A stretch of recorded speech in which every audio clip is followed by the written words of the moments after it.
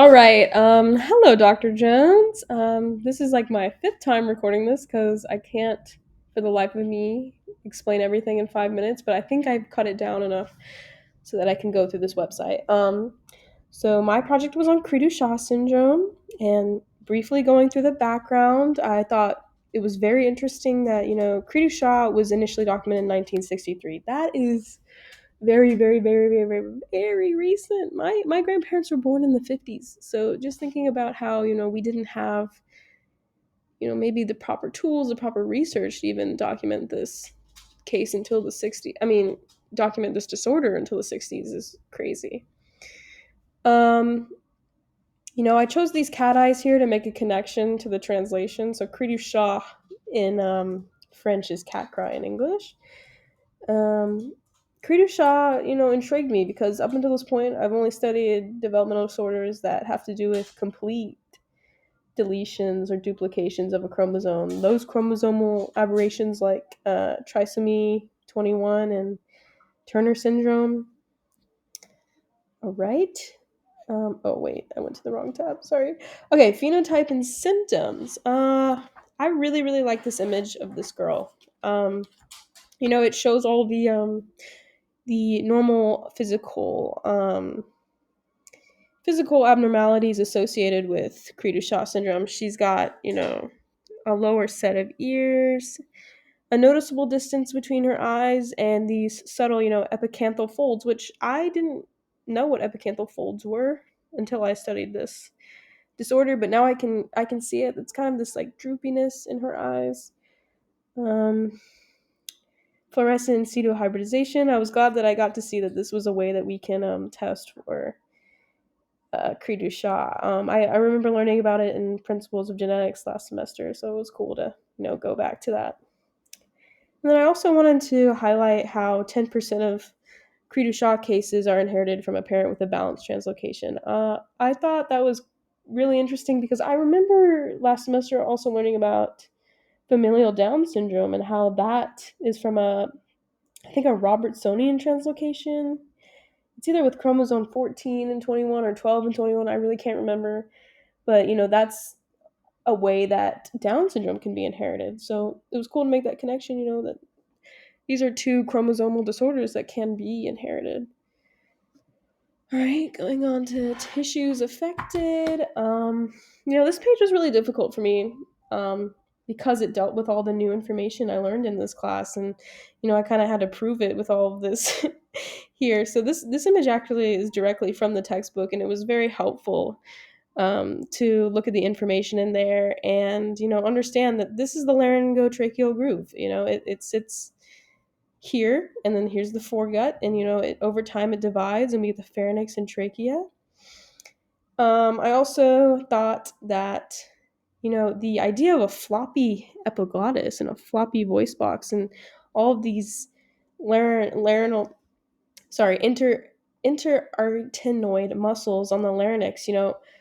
Um, I didn't understand. I took anatomy and physiology 2 semesters ago, and they never really taught us, the importance of yeah, you have to memorize these structures, but think about how these are constantly affecting the pitch and tone of your voice. There's more to these structures than just being there and something that you should memorize. And so I thought it was very cool learning about that. Genes and expression.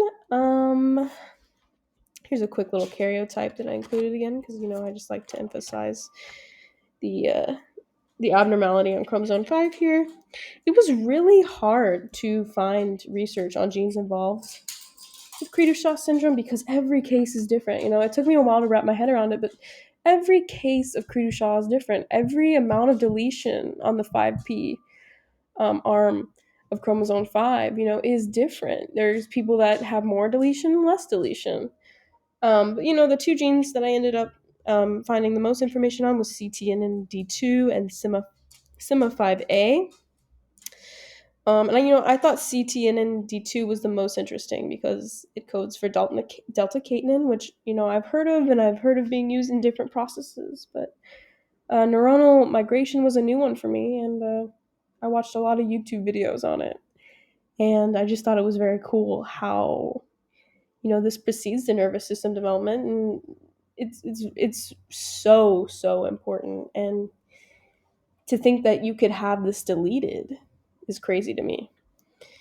Um, treatment. Going on to treatment. I also was kind of bummed out doing my research on treatment because there wasn't much I could find on new treatment options for patients. Obviously, there's physical therapy and speech therapy, and even learning sign language. But what I did find really interesting was these AAC devices. I always knew that there was these devices for nonverbal people, but I didn't have anything to put a name on it. But augmentative and alternate communication devices, I think these are really really cool. How with the click of a button, you can get out a whole phrase, a word, which is it's just very cool to me.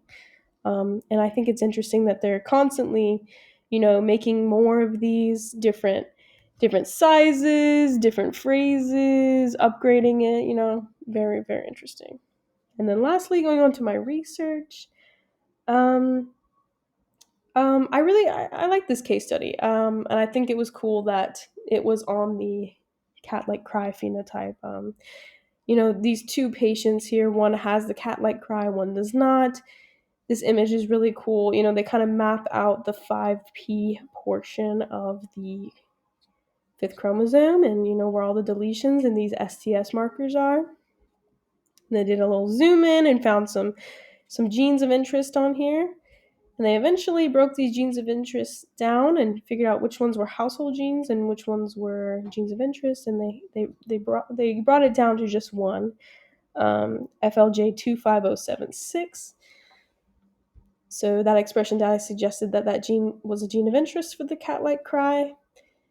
All of this to say, though, that I don't think that's the only gene involved. I think there's way more genes of interest, that could be found for the cat-like cry. And yeah.